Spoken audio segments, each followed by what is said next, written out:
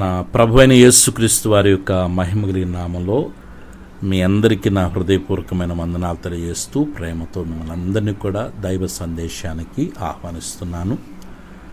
మత్తయి సువార్త 8వ అధ్యాయము 14-15 వచనాన్ని చదువుకున్నాము.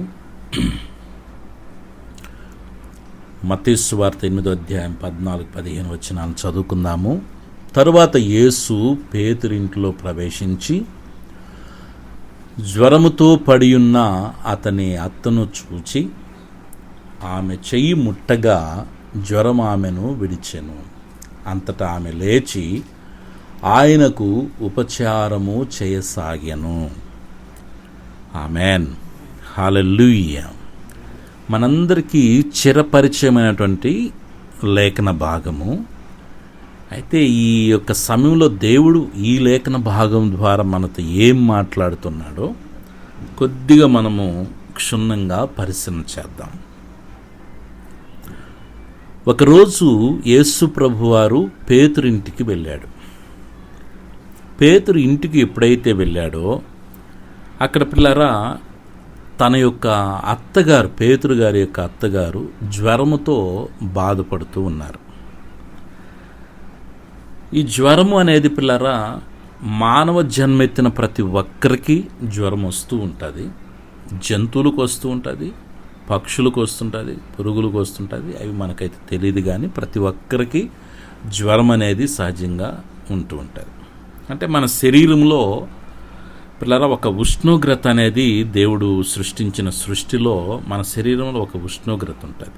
సహజంగా 98.6 అంటే టెంపరేచర్ పిల్లర్ నార్మల్. ఆ తర్వాత ఒక్కరొంత కానీ పెరుగుతూ వస్తూ ఉందంటే ఇంకా అది జ్వరమునకు సూచనలుగా భావించవచ్చు. అది ప్రారంభ దశ కావచ్చు. ఇంకా మనం 100 వెళ్ళిందంటే ఇంకా కన్ఫర్మ్ అయిపోతుంది జ్వరము అని అనేస్తాం. ఇంకా 101 లేకపోతే 102, 102, 103 అని ఇంకా చూస్తే ఇంకా జ్వరాన్ని మనము గుర్తిస్తామన్నమాట. అయితే జ్వరం అనేది మన శరీరానికి పిల్లరా మనలో శరీరంలో ఉన్నటువంటి ఉష్ణోగ్రత ఏదైతే ఉందో అది ఎక్కువైతే జ్వరము అని చెప్పేసి, అది హై ఫీవర్ అని చెప్పి, ఓవర్ టెంపరేచర్ అని చెప్పి మనం మాట్లాడుకుంటూ ఉంటాము. అది ఎక్కువైతే పిల్లరా మరి కోమాలకు వెళ్ళిపోతాము, లేకపోతే పిడిసి వస్తుంది, చలి వస్తుంది, చాలా రకాలైనటువంటి సూచనలు, సింటమ్స్ ఉంటాయి. మనం ఆలోచన చేస్తే పిల్లారా సహజంగా మన శరీరం, దేవుడు సృష్టించినటువంటి శరీరంలో ఏదన్నా ఒక ఇన్ఫెక్షన్ వచ్చిందనుకోండి శరీరానికి, లేక ఏదన్నా ఒక అస్వస్థత వచ్చిందనుకున్నాం. ఫర్ ఎగ్జాంపుల్ మన శరీరంలో ఏదన్నా జలుబు చేసి ఎక్కువ అయిపోయింది అనుకుందాం, నెమ్ము ఎక్కువ అయిపోయింది అనుకుందాం, లేదా ఏదన్నా ఒక గెడ్డ శరీరంలో అవయవాలు ఎక్కడన్నా ఒక గెడ్డ పుట్టి ఆ గెడ్డకి ఏదన్నా ఇన్ఫెక్షన్ అయింది అనుకుందాం, లేక మన బాడీలో ఉన్నటువంటి అవయవాలు ఉండాల్సిన పరిమాణంలో కాకుండా వాటికి ఏదన్నా ఇన్ఫెక్షన్ వచ్చి ఆ యొక్క అవయవాలు ఏదన్నా ఒకవేళ రూపురేఖలు మారుతూ ఉన్నాయనుకుందాం, వెంటనే మన శరీరము ఒక సింటమ్ మనకి చెప్తుంది. ఏంటంటే ఓవర్ హీట్ని తీసుకుని వచ్చేస్తుంది. దాన్నే మనం జ్వరముగా పిలుస్తూ ఉన్నాం. ఎప్పుడైతే జ్వరం వచ్చింది అని అంటామో ఇంకా వెంటనే తడవు చేయకుండా మనము వైద్యుల దగ్గరికి పరిగెత్తుకుంటూ వెళ్తాం కూడా. ఎందుకనంటే పిల్లరా జ్వరం వచ్చిందంటే గుర్తేందంటే మన శరీరంలో ఏదో ఉండకూడనిది ఉంది అని అర్థం. జ్వరం వచ్చిందంటే అర్థం ఏంటంటే మన శరీరంలో ఏదో ఉండకూడనిది ఉంది, ఉండాల్సిన దానికంటే అధికమైన మోతాదులో ఉంది. అది ఇన్ఫెక్షన్ రూపంలో ఉందా, అనారోగ్యంలో రూపంలో ఉందా, ఏదన్నా గాయం రూపంలో ఉందా, ఏదన్నా పరిస్థితులు అనేది పిల్లరా మనం డాక్టర్ దగ్గరకు పోతే వాళ్ళు మనల్ని పరీక్షించి ఆ పరీక్షలు చేసి ఆ రిపోర్ట్లు చూసి ఒక నిర్ధారణ చేసి నీకు ఈ జ్వరం దీని మూలంగా వచ్చిందని చెప్తారు. ఆ రీతిగా జ్వరం అనేది మనం గుర్తిస్తాం పిల్లరా. మీరు జ్వరం అనే దాన్ని మొదటి కోణంలో గుర్తుపెట్టుకోవాల్సిన విషయం ఏంటంటే మన శరీరంలో ఉండకూడనిది ఏదన్నా ఇన్ఫెక్షన్ రూపంలో అయినా, అనారోగ్య రూపంలో అయినా, దెబ్బలో, గాయాలో, పుండులో, సంథింగ్ ఏదో ఒక రూపంలో ఉండకూడనిది ఉంటే జ్వరం వస్తుంది. ఒకటి. రెండోది పిల్లరా, ఈ జ్వరం వచ్చినప్పుడు మనకి ఎలా ఉంటుంది అని అంటే, సహజంగా మన యొక్క శరీరంలో మంచిగా మనం ఆహారం తీసుకుంటూ ఉంటాం కదా, నాలుగు రుచి అనేది తెలుస్తూ ఉంటుంది కదా. కానీ జ్వరం వచ్చినప్పుడు ఆ నాలుక రుచిని కోల్పోతుంది. అంటే ఏం తిందామన్నా కానీ చేదుగా ఉండటము, ఏం తిందామన్నా కానీ సగించకపోవటము, ఎగుటు కొట్టటము. ఎలా ఉంటుందంటే, మంచి రుచికరమైనటువంటి భోజనము మన ముందు పెట్టినా కానీ, చివరికి ఒక మంచి రెస్టారెంట్ని, కాస్ట్లీ రెస్టారెంట్ నుంచి ఒకవేళ ఒక బిర్యానీ తీసుకుని వచ్చి పెట్టినా కానీ పిల్లరా, నాలుగు రుచి అనిపించకపోవటం మూలంగా దానిలో ఉన్నటువంటి రుచిని గ్రహించలేక తినటానికి ఇబ్బందికరంగా ఉంటుంది. అందులో ఇంకా నోరు చేదు వాతావరణాన్ని కలుగజేస్తుంది కాబట్టి ఇంకా మింగుడు కూడా పడదన్నమాట. పరిస్థితులు ఎలా ఉంటుంది అంటే పిల్లరా, జ్వరం వచ్చింది అంటే రుచిని కోల్పోతాం. ఆ రుచిని కోల్పోయినప్పుడు పిల్లరా, ఎదుటి దానిలో ఉన్నటువంటి ఆహారంలో ఉన్నటువంటి రుచిని మనం గుర్తించలేం. ఇది రెండవ కోణంలో మనం ఆలోచించాల్సింది. మూడవ కోణంలో పిల్లరా, జ్వరం వచ్చిందంటే మన శరీరం కండలు తిరిగి ఉన్నా కానీ, ఎంత వెయిట్ ఉన్నా కానీ పిల్లరా ఏమైపోతుందో తెలుసా, నీరసం అనేది మన శరీరంలోకి అలాగ వచ్చేస్తుంది. నీరసం ఎప్పుడైతే వచ్చేస్తుందో పిల్లరా, పని చేయటానికి ఆసక్తి ఉండదు, తర్వాత ఎక్కడికన్నా వెళ్దామన్నా ఆసక్తి ఉండదు, ఎవరితోన్నా మాట్లాడదామన్నా ఆసక్తి ఉండదు, ఏ పని చేయటానికి కూడా తోచిబుద్ధి పడదు, కాసేపు మౌనంగా పండుకోవాలనిపిస్తుంది, ముడ తీసుకొని పండుకోవాలనిపిస్తుంది, ఎవరితో మాట్లాడకూడదు అనిపిస్తుంది పిల్లరా. ఒక అనీజీగా ఉంటుంది పిల్లరా. అందువలన ఏమవుతుందంటే, జ్వరం వచ్చినప్పుడు మనల్ని చాలా రకాలుగా అది మనల్ని శరీరాన్ని, అంటే మనకు ఒక పేపర్ని తీసుకొని ముడతేసి మనం గట్టిగా హోల్డ్ చేస్తే ఎలాగ మడతేసేస్తామో, నలిపేస్తామో అట్లాగే మన శరీరాన్ని అది బాగా పిండేస్తుంది. అప్పుడు మనలో తెలియనటువంటి ఒక నీరసము పిల్లరా మనల్ని అలాగా కృంగదీసేస్తుంది. ఆత్మీయ భావాలకి మనం కానీ వస్తే పిల్లరా, మన శరీరము ఇక్కడ మనం గమనిస్తే పేతురత్తలో ఏ రీతిగా అయితే జ్వరం ఉండటం మూలంగా పడి ఉందని అక్కడ లేఖనాలు చెప్తున్నాయో, ఆత్మీయంగా కూడా పిల్లరా మనకు ఆత్మీయ అనారోగ్యాలు మనలోకి చాలా వస్తూ ఉంటాయి. ఈ ఆత్మీయ అనారోగ్యాలు మనలోకి వచ్చినప్పుడు మనం కూడా ఆత్మీయంగా పడిపోతూ ఉంటాం.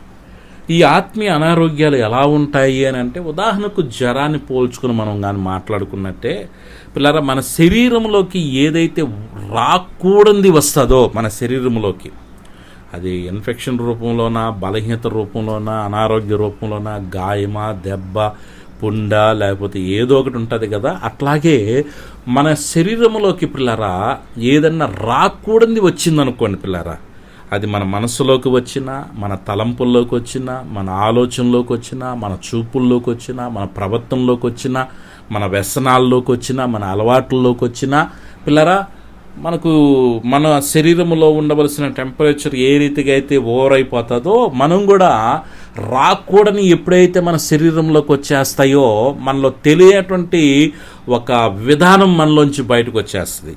మాట మారిపోతుంది, నడక మారిపోతుంది, చూపు మారిపోతుంది, తలంపులు మారిపోతాయి, ఆలోచనలు మారిపోతాయి. అబ్బో ఇంకా చెప్పబల్లే అంత భయంకరమైన పరిస్థితి ఉంటుంది. ఆ జ్వరం వస్తే కుక్కిన పేనులాగా ఉంటాము, కానీ ఈ జ్వరం వస్తే పిల్లరా పరుగెత్తేటువంటి హుషారు మనలో చాలా ఎక్కువగా ఉంటుంది. ఇంకా స్పష్టంగా చెప్పాలంటే, ఆ జ్వరం వస్తే తెగులొచ్చిన కోళ్ళలాగా ఉంటాము. ఈ జ్వరం వస్తే పిల్లరా, ఆత్మీయ జ్వరం మనలోకి వస్తే పందింకోళ్ళ తయారైపోతాం అనమాట. అలాంటి పరిస్థితులు మనలో ఏర్పడిపోతాయి. సో దేవుని వాక్యం చెప్తున్న మాట ఏంటంటే, పేతురత్త జ్వరముతో పడి ఉంది. ఆత్మీయంగా కూడా పిల్లరా మనలో కూడా చాలా రకాలైనటువంటి జ్వరాలు ఉంటున్నాయి. వాటిల్లో ఆ జ్వరము రావడానికి గల కారణాలు మనం ఆలోచన చేస్తే, అది వచ్చినప్పుడు ఎలా ఉంటుంది అంటే, శరీరంలోకి రాకూడనిది ఏదన్నా వస్తే ఇంక మన శరీరము దాన్ని ఆ సింటమ్ని బయటికి తీసుకొని రావడానికి జ్వరం రూపంలో చెప్పినట్టుగానే మనలో కూడా రాకూడని స్వభావం, బుద్ధులు, ఆలోచనలు, అలవాట్లు ఎప్పుడైతే వస్తాయో ఇంకా మనలో కూడా పిల్లల ఆత్మీయతలో పడిపోతాం. ఇంకా రెండవ కోణంలో నేనేం చెప్పాను అంటే, రుచిని కోల్పోతాం. సో మనము ఎప్పుడైతే ఆత్మీయంగా పడిపోయి ఉంటామో పిల్లరా, అంటే ఆత్మీయ జ్వరాలు మనలోకి ఎప్పుడైతే వచ్చి ఉంటాయో రుచిని కోల్పోతాం. వాక్యం ఎంత చదివినా అర్థం కాదు, సేవకులు ఎంత చెప్పినా బుర్రకెక్కదు, సత్యాన్ని గ్రహించలేరు పిల్లరా. దేవుని వాక్యము మనకి ఏమని ప్రకటిస్తుందో తెలుసుకోలేరు. ఆత్మీయంగా పిల్లలు అసలు ఏది కూడా రుచి అనిపించదు.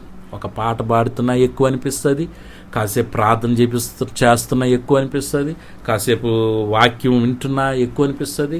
పిల్లరా, అబ్బా ఇంతసేపు పాటలు పాడేది, ఇంతసేపు మనకు ప్రార్థన, ఇంతసేపు మనము వాక్యము అంటూ పిల్లరా ఆత్మీయతలో ఉన్న మాధుర్యము తెలుసుకోలేకపోతుంటాం.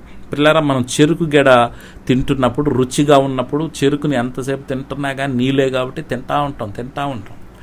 పిల్లరా, మనకు అది రుచి అనిపోయినప్పుడు మనం ఏం తినలేము. ఎప్పుడైతే మనలో ఆత్మీయ జ్వరం వస్తుందో నువ్వు తినలేవు ఇంకా. అంటే అర్థమైంది, కాసేపు ప్రార్థన చేసుకుంటేనే అబ్బా చాలు అనిపిస్తుంది, కాసేపు వాక్యం వింటేనే అబ్బా చాలు అనిపిస్తుంది, కాసేపు పాట పాడితే అబ్బా చాలు అనిపిస్తుంది. పిల్లరా, నీకు ఇంకా ఏ విధమైనటువంటి ఆత్మీయ దప్పిక నీలో ఉండదు. దీన్ని బట్టి మనం అర్థం చేసుకోవాల్సిన విషయం ఏంటంటే, నీలో ఒకవేళ ఏదన్నా సరిగా నువ్వు ప్రార్థన చేసుకోలేకపోతున్నా, బైబిల్ చదువుకోలేకపోతున్నా, వాక్యాన్ని వినలేకపోతున్నా, ఆత్మీయంగా నువ్వు ఎదగలేకపోతున్నావంటే నీలో ఆత్మీయ జబ్బు ఏదో వచ్చింది, ఆత్మీయంగా ఏదో అనారోగ్యం నీలోకి వచ్చింది.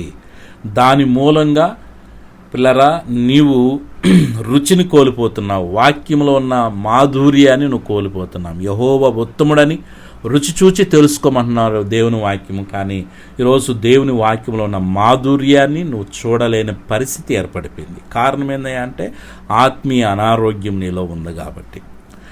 మూడో కోణంలో పిల్లరా, ఒక జ్వరం వచ్చిందంటే మనము బాగా నలిగిపోతామని చెప్పాను. అంటే జ్వరం వచ్చినప్పుడు కూడా పిల్లల ఆత్మీయ అనారోగ్యాలు మనలోకి వచ్చినప్పుడు కూడా మనం ఏమైపోతామంటే బాగా కృషించిపోతాం పిల్లరా.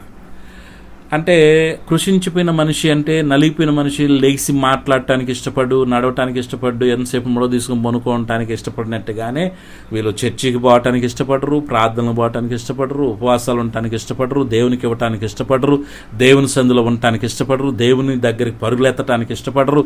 ఇంకా ఆత్మీయంగా పిల్లరా ఎంత బలహీనత వాళ్ళలో ఏర్పడిపోయి ఉంటుందంటే ఇంకా ఆత్మీయంగా ఏ అడుగులు కూడా వేయలేని పరిస్థితి.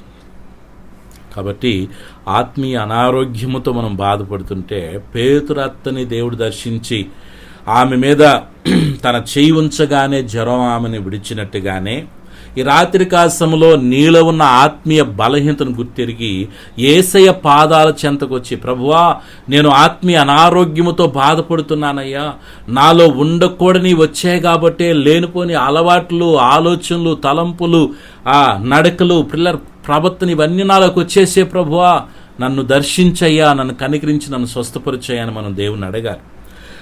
ఆత్మీయ అనారోగ్యం మనలోకి వచ్చింది కాబట్టి దేవుని వాక్యములో ఉన్న, ప్రార్థనలో ఉన్న, పాటలో ఉన్న మాధుర్యాన్ని నువ్వు గుర్తించలేకపోతున్నావు, రుచి చూడలేకపోతున్నావు, దేవుని ప్రేమను తెలుసుకోపోలేకపోతున్నావు అని నువ్వు గుర్తెరగాలి.